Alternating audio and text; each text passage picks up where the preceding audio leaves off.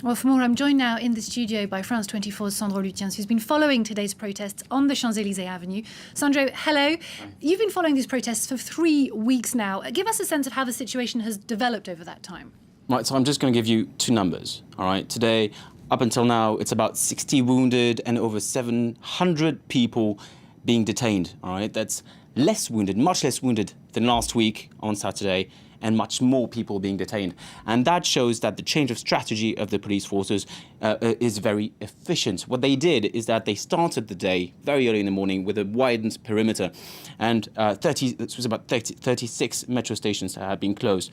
So if you wanted to get in, you had to come out a metro station outside the perimeter and then enter through, searches conducted by the police, etc. They would not let you in with a mask, with any dangerous items, so they confiscated things like baseball bats or hammers, all the masks, even goggles, of course, swimming goggles, even swimming goggles, everything, everything that was for offense or defense, because even for defense, it meant that, the person was going to go and provoke clashes with the police. They would also check IDs of everyone, and what they would do was prevention, really. So they would just check whether the person had been detained on previous protests last week or the week before.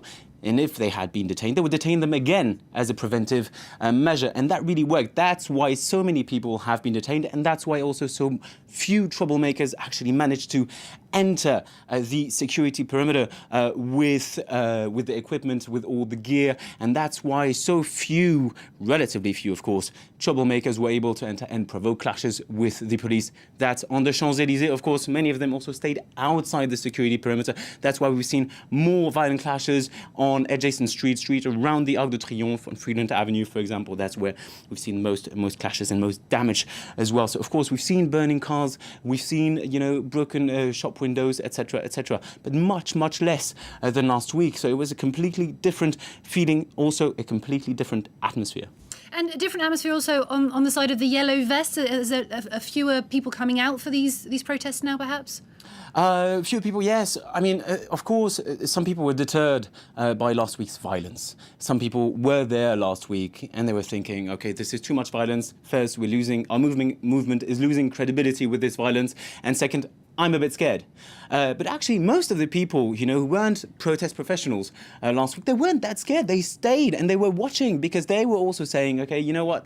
Violence is maybe also inevitable because we have the feeling that President Macron is not really listening to us. And it's a really interesting movement that they have there because it has no agenda, no leaders. It's a bottom-up movement. And some people were thinking, okay, President Macron this week, he reached out. He said, we are cancelling for 2019 the new tax on diesel fuel that started this entire movement. And it didn't work. And it didn't work because when you're actually on the ground and you talk to these people, they're going to tell you that some of them actually don't even drive, don't have their driving license. They're not there because of this new tax. They're there because of what this new tax represents to them, what they say, a president who cancels the tax on wealth and then tries to set up this new tax that affects them directly. And so they feel like they are the only ones who have to pay for the environmental transition. They're not against environmental transition, at least not most of them. But they just don't want to be the only ones to pay for it. They want a fairer distribution of the tax burden. Has their message and demands changed and evolved also over the weeks?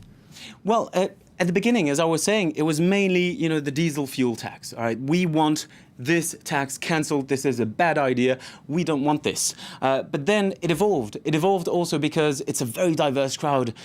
So you get old people, you get young people, most of them from rural areas, but some also from the suburban areas just around the bigger cities. And that also creates different demands, of course, different demands around a new kind of democracy, a new kind of making politics. And especially this feeling of not being understood by government today. Let me just remind you of this, what happened about 2 weeks ago. One of the ministers, the budget minister, he made this small mistake. He said, I understand them. I understand that when you earn €1,000 a month, it's very difficult because, a restaurant costs about 200 euros for two people. No, a restaurant obviously in France does not cost 200 euros for two people. It's, very few people anyway. except for maybe just a few restaurants. So he was trying to reach out and it failed. And that's exactly what they're saying. They're saying, okay, maybe they're trying to reach out, but they don't really understand us because they're somewhere else. They're on another planet. That's at least how the protesters feel.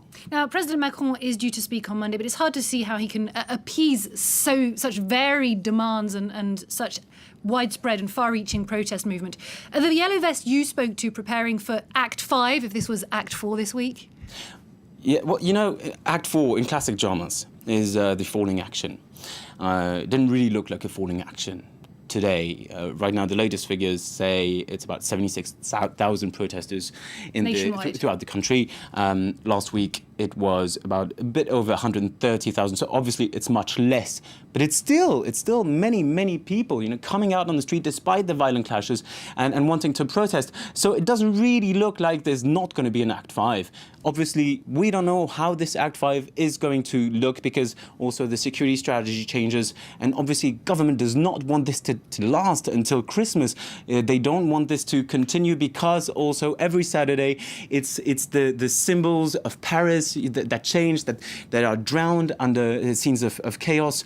And it's not good for the economy, obviously, and it's not good for the image of France. But it also says that these weeks here, they are the weeks of the Yellow Vest protesters, and obviously they're not going to stop until they feel that not only their demands are met because they want to appease, but because they understand them. Sandro Lutyens, thank you very much for that.